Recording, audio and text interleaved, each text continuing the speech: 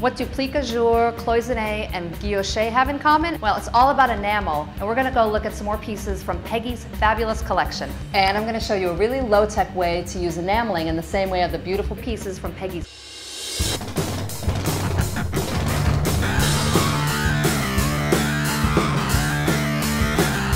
We're back here with Peggy, who's going to show us some more beautiful pieces from her Art Nouveau collection, and this time we're going to focus on enamel.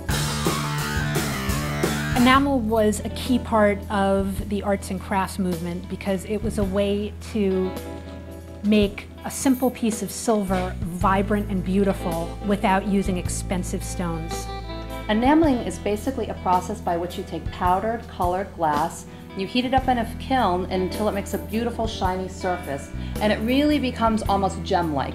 This is one of my favorite pieces by an artist called George Hunt. George Hunt would be considered an outsider artist today. Lived at home with his mother and basically created jewelry all day in a shed in northern England. That piece, as well as this French piece, uses a technique called plique jour, which is very much like stained glass. It uses little cells of metal and it's filled in with enamel, which goes all the way through to the back.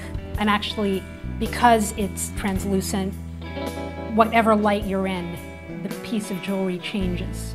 That's what we call cloisonné enamel, but it also has what they call guilloche, which is where the metal itself is incised with little patterns. And then when they paint the translucent enamel on top of the metal, you can still see the pattern showing through of the metal, which gives it depth and even more details. I think it's very, very modern looking too. To me, it has a very kind of simple, minimalist style. And today, in fact, we're going to go back to my studio and I'm going to show you kind of a low-tech, easy way to use enameling to give your pieces that oomph and the color. Stay tuned, we'll be right back.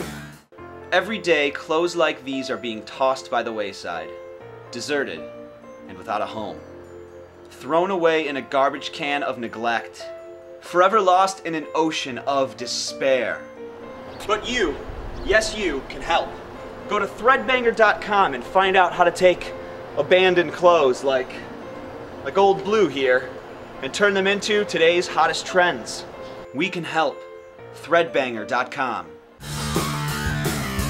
Now, enameling is nothing more than taking powdered glass, and you see I have all my really pretty little baggies right here. Look at all these colors. And heating it up until it melts. But this is a complicated technique. You have to use a little kiln, you have to use some math, which I'm not good at. So what I'm going to show you is how to do a cold enamel technique, which is very, very simple and a kind of a hot thing to do. This is a beautiful example of a ring that's made using the cold enamel technique, and it was made by my friend Peter Lee, and this is what we're going to show you how to do today. We also need a little bezel or other kind of thing that you've made or that you've purchased to put the enamel in. The final and most important thing you need for any kind of cold enameling is this. DevCon 2-ton epoxy. The basic proportions are 2 parts epoxy, 1 part enamel. I have light blue and acid green. I'm gonna put some in here. That looks about right. And now I'm gonna stir it up. And you really wanna stir a lot. You wanna eliminate as much graininess as possible. So I've got my bezel and I have my beautiful enamel and I'm ready to go. You can use just your tongue depressor and fill it up, or you can do a little more high-tech and use a syringe. You're simply going to put some enamel in your syringe. Try not to get it everywhere like I am. Put my depressor in, and I'm ready to go. Syringe is great because it gets in all the little nooks and crannies. Okay, now I'm ready to do my green. So we're done, and now we have to let the enamel sit. My enamel's dry, so I'm ready to finish my project. Now I'm going to do a matte finish because I think that looks really cool and modern, and the way I'm going to achieve that is to use sandpaper. I'm simply going to rub my enamel back and forth on the sandpaper. Now I'm going to go to 220. The trick to doing any kind of great finish on metal is to start with a rough stone or sandpaper and move on to something finer. So I'm going to go down to 600 sandpaper, which is going to give us a nice smooth matte finish. And now that my hand's going to fall off, there you have it, a cool piece of matte cold enamel. It's a great, easy process, and it gives you a cool look.